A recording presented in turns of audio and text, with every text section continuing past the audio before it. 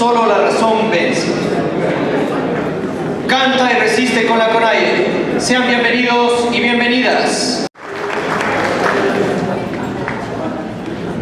Buenas tardes, compañeros, compañeras. Es muy grato para nosotros recibirlos en esta casa que es de todos. Marcela Arellano, que es dirigente sindical. Cristian León, él es un académico también que ha estado reflexionando sobre los diferentes sectores sociales, como el movimiento indígena, desde una perspectiva más desde el arte, desde el cine en concreto. Mario Hunda, que para muchos es conocido, es también un académico, pero también muy comprometido con las organizaciones, dirige una revista de reflexión política. Ana Flores, que es dirigente de Vivir Bien de Cotacachi, que actualmente está dirigiendo el municipio, el gobierno local de ahí, de ese cantón. Alejandra Santillana, que es militante feminista del colectivo Lorenzas, también es un académica investigadora. Y finalmente Alejandro Moreano, que como todos conocemos, él es un académico enteramente comprometido con las luchas sociales. Y el último momento de este encuentro, después de este foro, es también juntar las luchas, la reflexión, la espiritualidad con la fiesta. En ese sentido vamos a tener un pequeño festival de varios géneros musicales, ¿sí?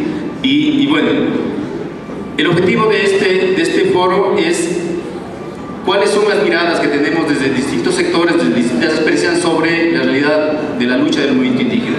En ese sentido vamos a empezar justamente con la dirigente sindical Marcela Arellano.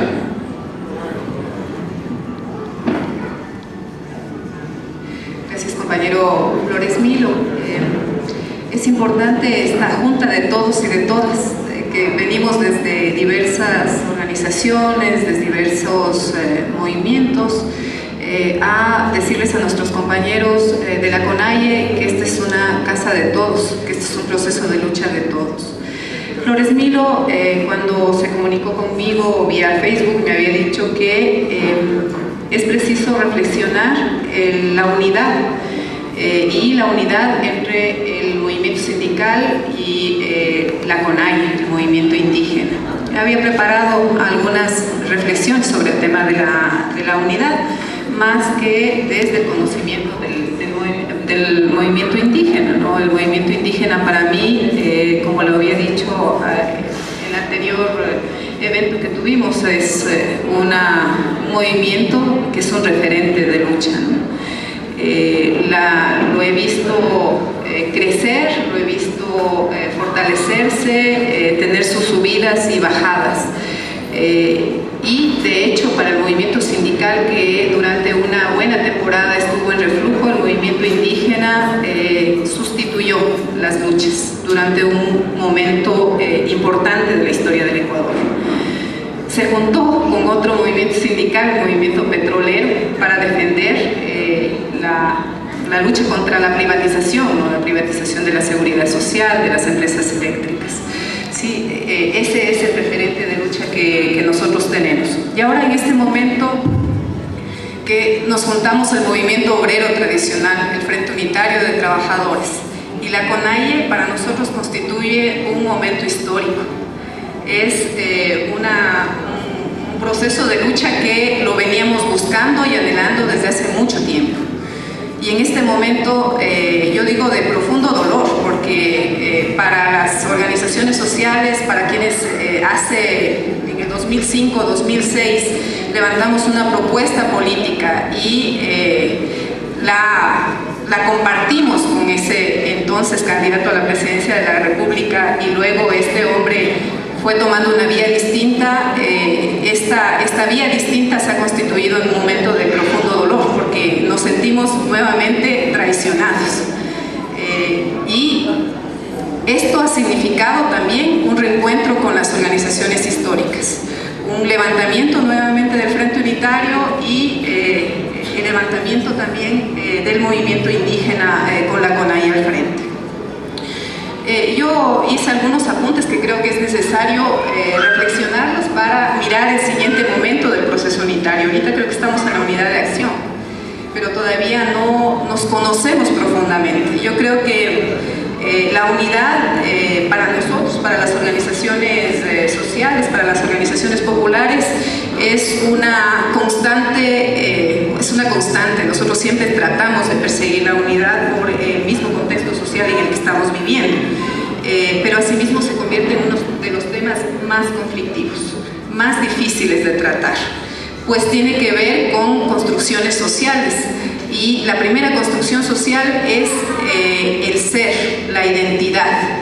¿Sí? Ocurre que en este Ecuador tan diverso, somos tan distintos, y distintas. El movimiento sindical, así como el movimiento indígena, surge como una plataforma, con un proceso de lucha distinto y muchas veces separado, ¿no? Por otro lado, también está la necesidad de ubicación de ese ser individual y de ese ser colectivo en la estructura social. La necesidad de identificarnos. Y hay otra dificultad en el movimiento obrero, y yo creo que también en el movimiento indígena, a veces no nos ubicamos en esa estructura social, no nos ubicamos como explotados, y ahí esto se convierte en una dificultad para construir un proceso unitario. De igual manera, la identificación del contexto, qué contexto estamos viviendo, qué situación estamos viviendo actualmente, a veces se nos dificulta. Y yo creo que durante estos 8 años de gobierno, una de las dificultades que hemos tenido es de ubicar el contexto, ¿sí? De identificar qué tipo de estructura de Estado, qué modelo económico se estaba construyendo, con un discurso que abraza todos los postulados del movimiento sindical, del movimiento indígena, por lo que hemos luchado permanentemente, ¿no? Con un discurso y un nivel de propaganda, un estado de propaganda brutal que a veces nos hace cegar los ojos, ¿no? Con obras públicas impresionantes, ¿no? Y eso no nos permitió ver la reforma política, el tipo de reforma política que se estaba construyendo y a quién favorecía, ¿no? Otra de las dificultades que tuvimos. Y otro tema que me parece que es necesario identificar es que finalmente el movimiento obrero vive en un mundo de mercancías, el trabajo, todo se vende, ¿no? Todo se compra y todo se vende, y eso hace también que nos alienemos, ¿no? Nos salgamos de nuestra identidad de explotados. Es otra de las dificultades que tenemos en el movimiento sindical. ¿Sí? Ahora, en esta estructura social de carácter capitalista, estructura social que nos ubica en nuestra condición de explotados, también no hemos tenido la capacidad de identificar que el Estado es un instrumento de la clase dominante para controlar a la organización social, para controlar al movimiento sindical, al movimiento indígena, ¿no? Y lo ha controlado durante esta temporada. Hemos visto algunos niveles de control, ¿no? La cooptación.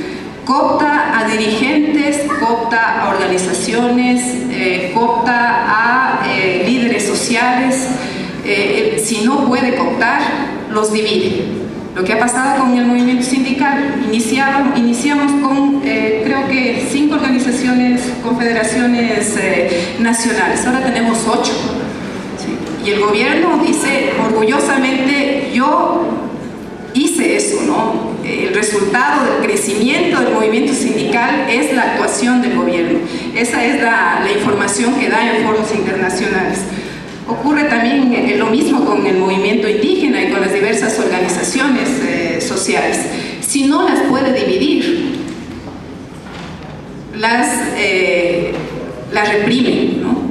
Es el caso de los compañeros del Frente Popular, ¿sí? De los partidos de izquierda que no se subsumieron a su política, ¿no? Y finalmente la cárcel, si no se logran adaptar a su política, a la cárcel, ¿no es cierto? Y tenemos varios líderes sociales en la cárcel. Sin embargo, me parece que que hay varias organizaciones que, tanto en el movimiento indígena como en el movimiento obrero, hemos logrado resistir. Y esa resistencia en este momento ha llevado, a partir creo que de mayo del año pasado, hasta la movilización, la gran movilización del 19 de noviembre, se ha llegado a consolidar, a elevar el proceso unitario. Ahora contamos con una plataforma de lucha unitaria que tiene varios ejes de trabajo. Uno es el eje del trabajo y de los derechos laborales en torno al trabajo.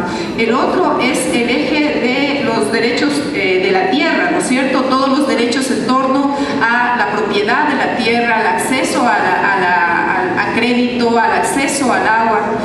Otro de los temas importantes es la lucha contra el TLC. La reforma estatal que ya está expresada en leyes, ¿no? La ley de educación superior, la ley de servicio civil, etcétera, ¿no es cierto? Todas estas leyes que están agrediendo a los derechos y a la vida misma de los pueblos. Yo creo que el siguiente momento nos corresponde trabajarlo conjuntamente.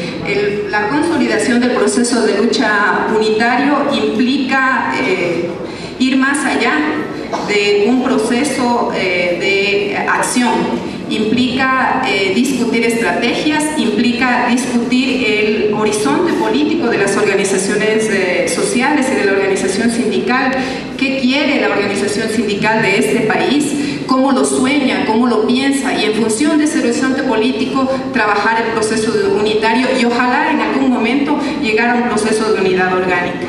Esto requiere sacarnos de la cabeza los típicos vanguardismos, ¿no es cierto? Yo soy el dueño de la razón, yo soy el que mueve las masas y yo soy el que pone a la gente en la movilización. Yo creo que eso es indispensable, ¿no?